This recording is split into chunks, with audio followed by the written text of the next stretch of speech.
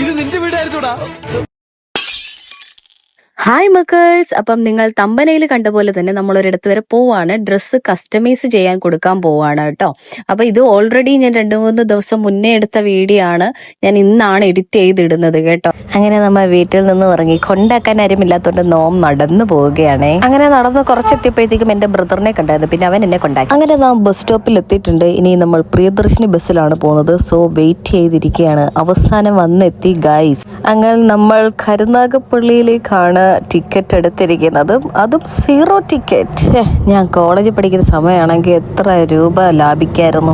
അങ്ങനെ നാം കരുനാഗപ്പള്ളി ബസ് സ്റ്റോപ്പിൽ എത്തി വെയിറ്റ് ചെയ്തിരിക്കുകയാണ്. കസിൻ വരാനുണ്ട്. അവസാനം കാത്തിരുന്ന് ആൾ എത്തിയിട്ടുണ്ടായിരുന്നു. അങ്ങനെ നമ്മൾ രണ്ടുപേരും കൂടാണ് പോയിട്ടുണ്ടായിരുന്നത്. അപ്പം ഇതാണ് കേട്ടോ ലൊക്കേഷൻ വരുന്നത്. ഇത് മരുതൂർ കുളങ്ങര അങ്ങനെ എന്തോ ആണെന്ന് തോന്നിട്ടോ. അവിടെയാണ് ഈ ബുട്ടീക്ക് വരുന്നത്. അപ്പൊ ഇതാണ് കേട്ടോ ഞാൻ പറഞ്ഞ ബുട്ടീക്ക്. ലിയാറ എന്നാണ് കേട്ടോ ഈ ഷോപ്പിന്റെ പേര് വന്നിട്ട്.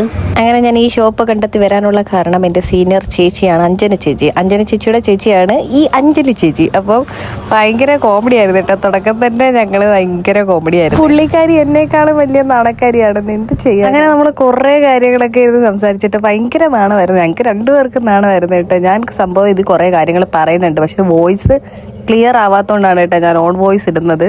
അപ്പോൾ ഫുള്ള് കോമഡി ആയിരുന്നു എന്തായാലും. അങ്ങനെ പിന്നെ അവിടുത്തെ സ്റ്റാഫൊക്കെ ആയിട്ട് നമ്മൾ സംസാരിച്ചായിരുന്നു. പിന്നെ ഞങ്ങൾ രണ്ടുപേരും കൂടെ കുറേ റെഫറൻസ് കുറേ ആയിട്ടാണ് പോയത് കേട്ടോ.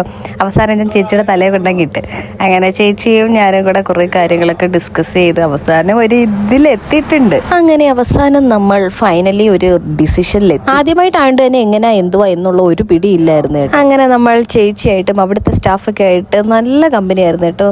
കാരണം എന്താണെന്ന് വെച്ചാൽ നമ്മൾ ആദ്യമായിട്ട് കാണുക എന്നുള്ള ഒരു ചിന്തയും നമുക്ക് തോന്നിയിട്ടുണ്ടായിരുന്നില്ല. ഒരുപാട് വർഷത്തെ പരിചയം പോലായിരുന്നു നമ്മൾ എല്ലാവരും. അപ്പം എന്തുവാ കസ്റ്റമൈസ് ചെയ്യുന്നതെന്നുള്ളതൊക്കെ അതൊക്കെ ഞാൻ പിന്നീട് പറയുന്നതായിരിക്കും. ഇപ്പം നമ്മൾ അളവെടുക്കുകയാണ്. അങ്ങനെ മൊത്തത്തിൽ അളവൊക്കെ എടുത്തിട്ടുണ്ട് കേട്ടോ. സത്യം പറഞ്ഞാൽ മെഷർമെൻറ്റ്സ് ഒക്കെ ഓൺലൈൻ വഴി എടുക്കാന്നേ ഉള്ളൂ. പക്ഷേ എനിക്കെന്തോ നേരിട്ട് തന്നെ പോയി സംസാരിച്ച് ഓക്കെ ആക്കണമെന്നുണ്ട്. കാരണം എനിക്ക് ഒരു ഐഡിയ ഇല്ല. കസ്റ്റമൈസ് ആദ്യമായിട്ട് ചെയ്യുമല്ലേ, അപ്പം നേരിട്ട് തന്നെ പോയി എല്ലാം ശരിയാക്കണമെന്നുള്ളത് എൻ്റെ ഒരു നിർബന്ധമായിരുന്നു. ഇനിയിപ്പോൾ അങ്ങോട്ട് ഓണത്തിൻ്റെ കല്യാണത്തിൻ്റെയൊക്കെ തിരക്കായതുകൊണ്ട് തന്നെ നമ്മൾ നേരത്തെ കൊണ്ടുപോയി കൊടുത്തതാണ് കേട്ടോ. അപ്പം നേരത്തെ തന്നെ സ്റ്റിച്ച് ചെയ്ത് കിട്ടുമല്ലോ എന്ന് വിചാരിച്ചു. അഞ്ജലി ചേച്ചിയും പറഞ്ഞിട്ടുണ്ടായിരുന്നു ഇനി അങ്ങോട്ട് വെഡ്ഡിങ്ങിൻ്റെയും ഓണത്തിൻ്റെ ഒക്കെ സീസണാണ്. നമ്മൾ രണ്ടുപേരും ഭയങ്കര നാണക്കാരി ആയതുകൊണ്ട് നമുക്കധികം ഒന്നും സംസാരിക്കാനില്ലായിരുന്നു. പിന്നെ അവസാനം നമ്മൾ അലിയാറ എന്ന പേരിൽ വെച്ച് അങ്ങ് തുടങ്ങി.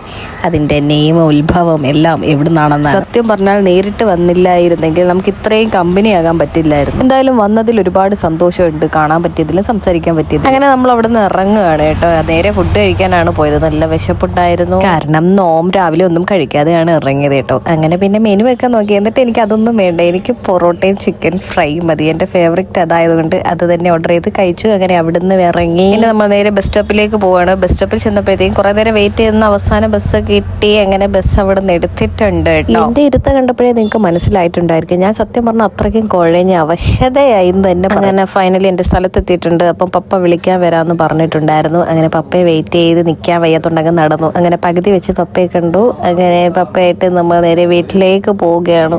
എങ്ങനെയെങ്കിലും വീട്ടിലെത്തിയാൽ മതി എന്നായി. നല്ല ക്ഷീണം ഉണ്ടായിരുന്നേ. അങ്ങനെ വീട്ടിൽ വന്ന് കയറിയിട്ടുണ്ട്.